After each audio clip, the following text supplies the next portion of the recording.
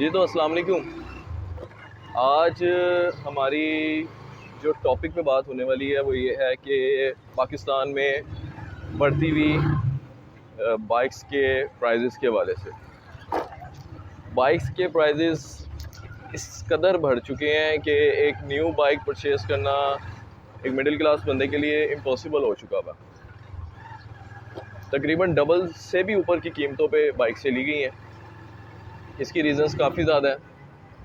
सबसे पहली रीज़न तो ये है कि हमारे पास लोकल मैन्युफैक्चरिंग की कोई ख़ासी ब्रांड मौजूद नहीं है। हम सारे यामाहा, होंडा, सुजुकी ये ब्रांड यूज़ करते हैं जो कि पाकिस्तान के तो हैं नहीं। दूसरी चीज़ ये है कि जो पाकिस्तान के ब्रांड मौजूद भी हैं वो सारे चाइना क्वालिटी यूज़ करते हैं, जिसकी वजह से उसे पसंद ही नहीं किया जाता और कुछ हद तक वो बात ठीक भी है। तो जब पाकिस्तान में ही बाइक्स मैन्युफैक्चर नहीं होगी अच्छी क्वालिटी की, तो आप कैसे एक्सपेक्ट कर सकते हैं कि प्राइसेस जो है वो नीचे जाएंगे जब तक हम खुद चीज़ें मैन्युफैक्चर नहीं करेंगे। इसकी सबसे बड़ी एग्जांपल हमारे सामने काफ़ी ज़्यादा मुल्क हैं, जैसे कि चाइना है, इंडिया है। वो अपनी मैन्युफैक्चरिंग करते हैं, अपनी प्रोडक्ट बनाते हैं और उन्हें यूज़ करना बेहतर समझते हैं। हमारे यहाँ उल्टा है। हमें अगर कोई कह देगा ना ये चीज़ चाइना से आई है तो समझ जाएंगे यार ये ज़्यादा बेहतर है बजाय कि लोकल तैयार हुई हुई, चाहे वो शाम तक ही क्यों ना चले।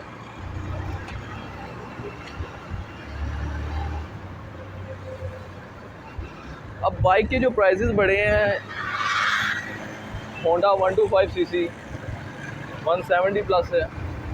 होंडा CD70 जो एक इकॉनमी बजट बाइक है, जो हमारे मिडिल क्लास तबके के लिए सबसे बेहतरीन बाइक रहती है, वो 1,15,000 तक पहुंच गई है, जिसमें इन दोनों बाइक्स में कोई कंफर्टेबल, कोई सेफ्टी कुछ भी नहीं है, लेकिन बिक रही है। क्यों भाई? होंडा है। अब एक होंडा पे मैं भी बैठा हुआ हूँ जो कि होंडा CB 150 है। बड़ा खुश हुए थे लोग, यार होंडा CB 150 आई यार, क्या बात है यार, सेल्फ स्टार्ट दी है, अलॉय रिम्स दी है, स्पोर्टी बाइक्स दी है, होंडा को गैरत आ गई है। होंडा को गैरत आ गई लेकिन चली भी बड़ी जल्दी की। 159 की लॉन्च करके, ये शायद इससे भी कम, 333 की पहुंचा दी है। यार होंडा वालों, मुझे एक बात बताओ, जिसने 3,33,000 की एक बाइक लेनी है तो यार हमारे मुल्क में 4 लाख के बजट में एक अच्छी गाड़ी भी मिल जाती है जिसमें AC चल रहा हो। हमारे यहाँ पे गाड़ियाँ हैं तो उनके प्राइजेस भी आसमान से बातें करते हैं और बाइक्स के भी आसमान से बातें करते हैं। टॉपिक ये है यार कि इसका सोल्यूशन क्या है। सबसे पहला सोल्यूशन तो ये है यार, इन कंपनीज़ का बायकॉट करना चाहिए। मेरे हिसाब से आप brand new Suzuki, brand new Honda, brand new Yamaha लेना ही छोड़ दो, बिल्कुल ख़त्म कर दो यार लेना। इनकी मनमानियाँ ख़त्म करो। जब प्रोडक्ट सेल हो रहा होता है ना, जब प्रोडक्ट की डिमांड होती है तो वो प्रोडक्ट अपनी मुंह मांगी कीमत पे बिकता है। जब प्रोडक्ट की डिमांड ख़त्म हो जाती है या प्रोडक्ट उस हिसाब से नहीं सेल हो रहा होता जो कंपनी इमेजिन कर रही हो, तो उसके प्राइजेस नीचे होते हैं। और ये हमें भी पता है कि CD70 में ऐसा कुछ भी नहीं है कि वो 1,15,000 की हो। 17% GST टैक्स भी उसका निकाल लिया जाए तो मेरे ख्याल में फिर भी अगर 1 लाख के राउंड में भी वो पड़ती हो, ये शायद 90,000 के करीब शायद पड़ती हो, तो 90,000 वाला उसमें कुछ भी नहीं है। वही सेम स्पेक्स आपको चाइना बाइक्स जो है वो 60 से 70,000 के अंदर दे रही हैं, जबकि वो भी महंगा है। आज से कुछ टाइम पहले जाएँ तो 2016 का मुझे याद है, चाइना बाइक्स 40,000 की थी और CD70 कोई लगभग 63,000 या 65,000 तक की थी। चलो इतने वक्त में हमें समझ ही आता है यार, फ्यूल के चार्जेस बढ़े हैं, डॉलर्स बढ़े हैं, तो यार रेट तो ऊपर होने ही होने हैं, इसमें कोई शक नहीं है। लेकिन यार इतनी भी बात नहीं है कि आप यार असली तोड़ के रखते हैं। तो सबसे बेहतर तरीका, आप इन कंपनी से बाइक लेना ही बंद कर दें। आप कोशिश करें यूज़ में बाइक लें। अगर आपको बहुत ही ज़रूरत पड़ी, यार मुझे एक बाइक चाहिए कंफर्टेबल, कोई पेशेंट होता है, किसी को वैसी टूरिंग का शौक़ होता है, तो अगर आपको कोई बाइक चाहिए, सबसे बेहतरीन तरीका है आप एक यूज़ में बाइक लें, यूज़ में बाइक परचेज़ करें। और उसे चलाएं। अच्छी देख लें, चली हुई मिल जाती है, न्यू लेना छोड़ दें। सबसे बेहतरीन यही हल है इसका इस वक्त।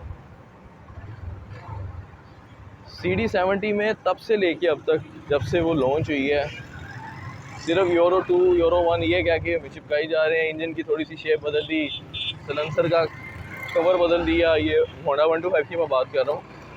CD70 और होंडा 125 में सबसे बेहतरीन जो चेंज आता है ना आज तक, वो यही आता है कि यार हम स्टिकर चेंज करते हैं। ठीक है, स्टिकर चेंज करते हैं और उसके लिए वो कीमतें भी 15-20 हज़ार बढ़ा देते हैं। होंडा 125 जहाँ तक मुझे याद है 1,05,000 का था जब मैंने परचेज़ करना था, और इस वक्त वो 175 का है। यानी कि अगर आप एक 2 लाख रुपए बजट खर्च कर रहे हैं तो आपको क्या मिल रहा है बजट के नाम पे? कुछ भी नहीं मिल रहा। आपको 2 लाख रुपए के बदले बाबा जी का ठुल्लू मिल रहा है। और वही 2 लाख रुपए अगर आप किसी यूज़ बाइक में भी खर्च करते हो, या CB 150, GS 150, GR 150 पे भी खर्च करते हो, तो आपको एक अच्छी चली हुई बाइक मिल जाती है जो आपके आराम से 5, 6, 7 साल आराम से निकालती है। होंडा ने कसर कोई नहीं छोड़ी कि यार यहाँ पे ये कंपनी बंद हो, लेकिन हम ही हैं इसको ऊपर ले जाने वाले। क्वालिटी वो गिरा रहे हैं, पैसे वो बढ़ा रहे हैं, और हम आंखें बंद करके लिए जा रहे हैं। क्योंकि यार होंडा है, होंडा रीसेल देता है।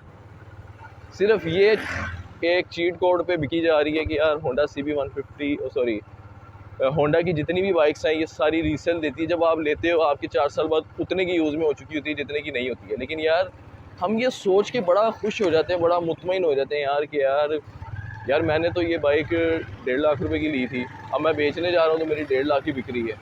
आप अल्लाह के बंदे ये भी तो सोचो, जब आप वो बेच के नहीं लेने जाओगे वो 3 लाख की है, वो 3.5 लाख की है। जब आप वो बाइक सेल करोगे या कोई भी ऐसी चीज़ सेल करोगे जिसके प्राइस अप हो चुके हुए हैं, तो इसका ये मतलब नहीं है कि आप बहुत खुश हो, आप बड़े खुश नसीब हो कि यार आपकी कीमत बढ़ गई है चीज़ की। ऐसा बिल्कुल नहीं है। आप कहीं ना कहीं उसमें डाउन हुए हो। आपकी करेंसी हर साल 7 से 8% डाउन होती है। अगर आप 4 साल का उसी का इमेजिन कर लो तो आपके उससे भी ज़्यादा बनने चाहिए।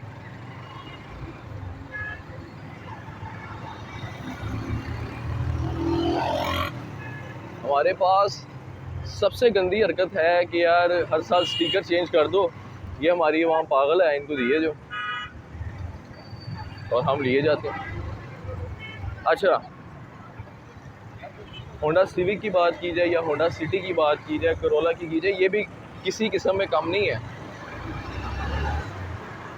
जब होंडा सिविक 30 लाख के अंदर थी, उस वक्त की जो परचेजिंग है, उस वक्त की जो लोगों ने ख़रीदारी की हुई है उसकी, वो बड़े खुश है यार कि इस वक्त हमारी गाड़ी 50 लाख की हो गई है। मुझे ये बताओ, आप वो 50 लाख की बेचते हो तो आपको दोबारा वो 50 लाख की मिलती है? आपको दोबारा वो 75 लाख 70 लाख इस रेट में मिलती है यार। आप अपना मजाक खुद करवा रहे हो। ये जो मोनोपोली हो रही है ना, जितनी भी बाइक्स में, गाड़ियों में या किसी भी किस्म में, अगर चीज़ें महंगी हो रही हैं और हम खुश हो रहे हैं तो आप अपने साथ मजाक कर रहे हो, अपने साथ खुश हो रहे हो, किसी के साथ नहीं हो रहे हो।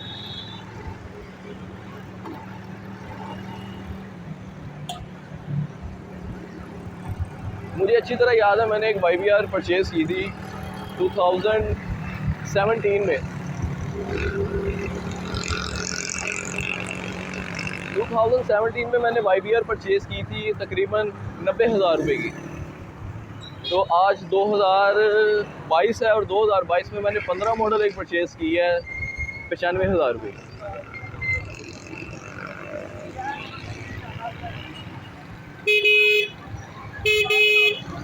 आगे कर ला यार।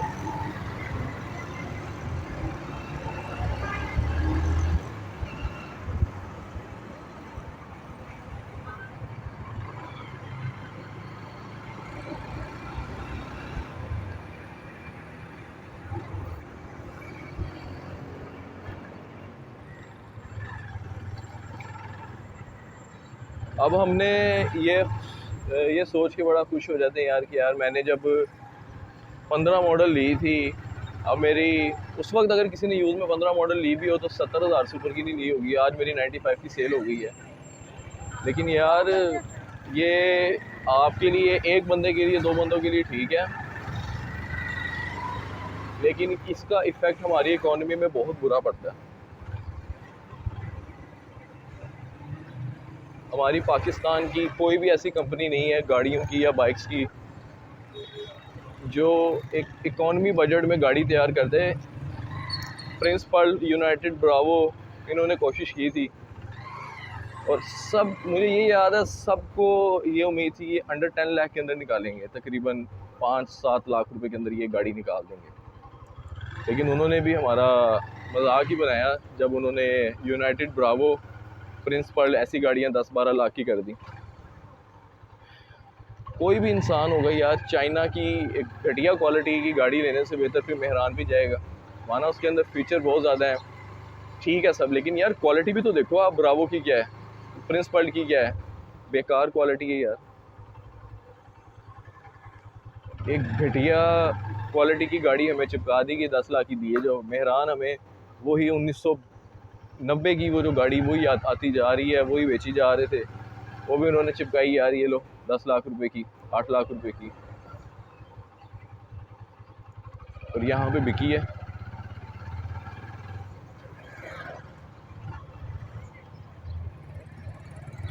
तो यार मेरी आप सबसे यही रिक्वेस्ट है कि यार आप सबसे पहले तो इन गाड़ियों और इन बाइक्स की परचेजिंग बंद कर दें, बिल्कुल बिल्कुल बंद कर दें। और दूसरा, जो पेट्रोल के जो प्राइसेस हैं जितने ज़्यादा बढ़ते जा रहे हैं, तो सबसे बेहतर उसका भी यही हल है कि आप अपनी यूजेज कम करें, अल्टरनेट हल देखें। बाइक्स के अलावा आपकी जो ज़रूरत बाइसिकल से पूरी हो सकती है वो पूरी करें।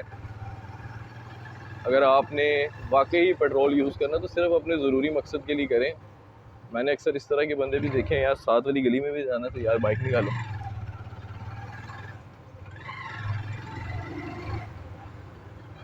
अगर आप लोग गवर्नमेंट से कुछ एक्सपेक्ट करें तो ये सबसे बड़ी जहालत है। गवर्नमेंट ने कुछ नहीं करना, ना इससे पहले की गवर्नमेंट ने कुछ किया है, ना इन्होंने कुछ करना है।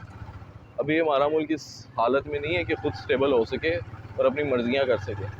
अगले 4-5 साल के लिए आपको आराम से महंगाई का अच्छे खासा सामना करना पड़ना है, तो अपनी ज़रूरत को अल्टरनेट देखें। अपने मुल्क में जो है, मुल्क जब तक प्रोडक्शन नहीं करेगा प्रोडक्ट्स की, वो गाड़ियाँ हो, बाइक्स हो या कोई भी प्रोडक्ट हो, जो यहाँ प्रोडक्ट्स बनेंगे, जो यहाँ मैन्युफैक्चरिंग होगी, वो बाहर जाएंगे, बाहर एक्सपोर्ट होंगे, तभी यहाँ पे जो है सर्कल सही हो सकता है। और यहाँ पे काफ़ी बंदे हैं जो एक्सपोर्ट कर रहे हैं और एक्सपोर्ट होना भी चाहिए, लेकिन यहाँ करने नहीं देते। हमारे यहाँ मुल्क में अगर कोई प्रोडक्ट हम 100 रुपये का बना देंगे तो चाइना वो आपको 60 रुपये में दे रहा है। इस वजह से हम लोग यहाँ रुक जाते हैं।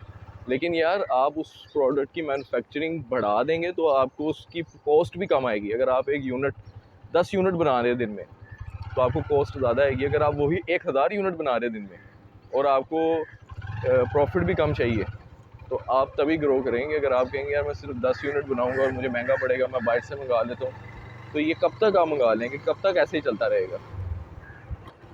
तो सबसे बेहतर हल ये है कि यार हमें इन चीज़ों से, बाहर की चीज़ों से बाइकआउट करना चाहिए, अपने मुल्क की चीज़ें ख़रीदनी चाहिए, अपने मुल्क में प्रोडक्शन बढ़ानी चाहिए, तब जाके ये रेट नीचे आने लगेंगे। लेकिन अभी आगे अगले 4-5 साल के लिए रेट नहीं नीचे आने वाली।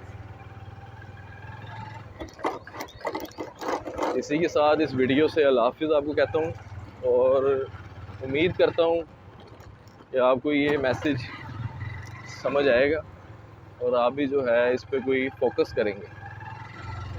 अपना बहुत ज़्यादा ख्याल रखिएगा। अल्लाह हाफ़िज़।